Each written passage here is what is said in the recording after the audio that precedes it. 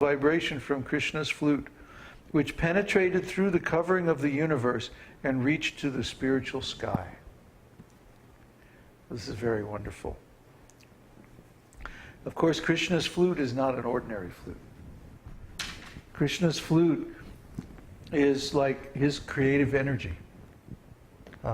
And by Krishna's flute, he can create so many things. Anything he wants, actually. Krishna's flute is one of his major potencies. And it's so bewildering because the music that he plays is so far out, so complex. We read different descriptions in the scriptures.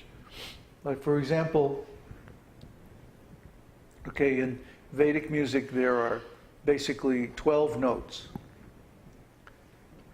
Each raga has usually 7 notes. And they're chosen from among these 12 notes. So you can have sharps and flats and like that. Similar to Western music. But in Vedic music, there's also something called gana. Gana means that the raga is played from a different note than the sa. You hear Ravi Shankar and people like that doing this sometimes. And it sounds really far out. It's like modal. Where you have a raga. Well, let's see.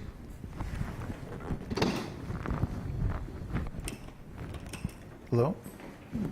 The volume. Volume's up now. No? Oh, there we go. Okay, so let's say if we have a raga.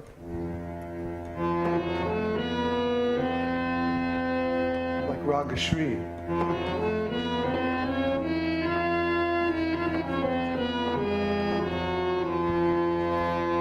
Okay, that's the normal way of playing the raga, right? But instead of starting on the first note, sa, there's something called pagama, where you start on pa instead. So you'd still keep the same drone, but instead you would start the raga on sa.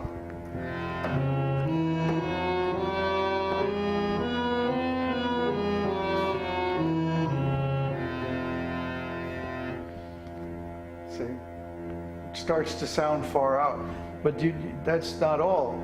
You not only can start it on on pa, you can also start it on ma, and this is called magama.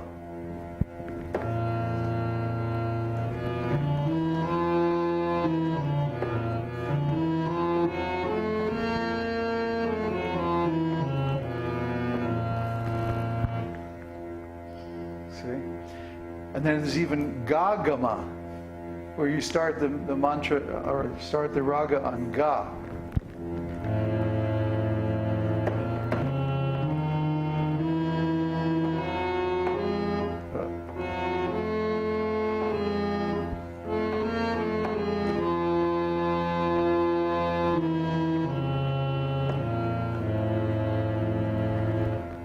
It's said that gagama is inconceivable by human beings. But Krishna not only plays in gagama, he plays in all of the gamas, all the rags, and all the gamas. And each one has a specific mood and a specific feeling and a particular application in his pastimes. So for this reason, even the great demigods like Lord Brahma and Shiva find it very difficult to understand Krishna's music. Krishna's music is like far beyond. And then that's not all. There are rhythm changes.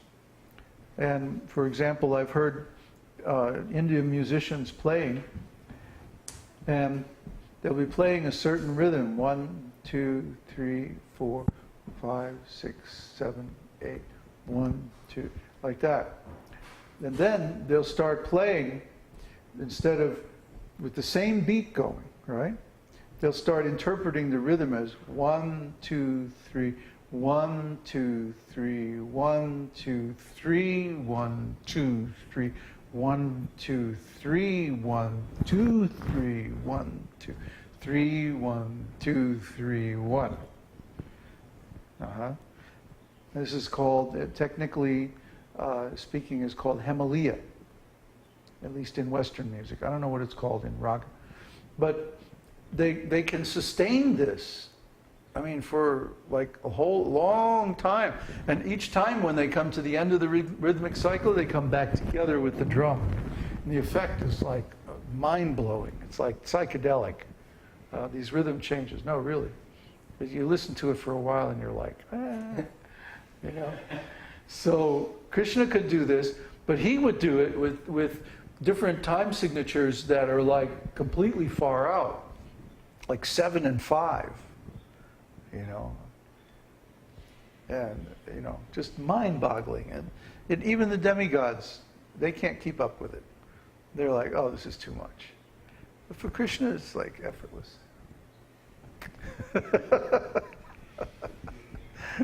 Yeah. The gopis are very jealous of Krishna's flute. Huh? Krishna's flute gets to enjoy Krishna's kisses all the time. But they can only enjoy at night. In the daytime, they have to pretend like, oh, yes, Krishna's our friend, but nothing's going on.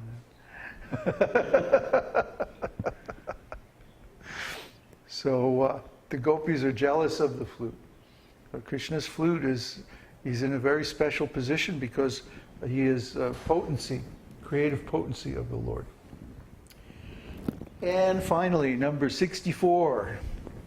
You've waited all this time. Now here it comes. Krishna's exquisite beauty. In the third canto, second chapter, verse 12 of Srimad Bhagavatam, Uddhava tells Vidura, "My dear sir, Krishna's form was most wonderful when he appeared on this planet and exhibited the potency of his internal energy. His wonderfully attractive form was present during his pastimes on this planet, and by his internal potency he exhibited his opulences, which are striking to everyone. His personal beauty was so great that there was no necessity for his wearing ornaments on his body. In fact, instead of the ornaments beautifying Krishna, Krishna's beauty enhanced the ornaments." This is hard to imagine. But try to understand how beautiful Krishna is, that even when he wears valuable ornaments. Oh, and Krishna, by the way, he has so many ornaments that he has a whole palace just to keep them all. In Vrindavan, he had, right next to his home, he had a palace called the Ornament Palace. Oh, Srimati Radharani had one too. So when they would get dressed in the morning or in the evening for their pastimes, then their friends would decorate them with all these valuable ornaments.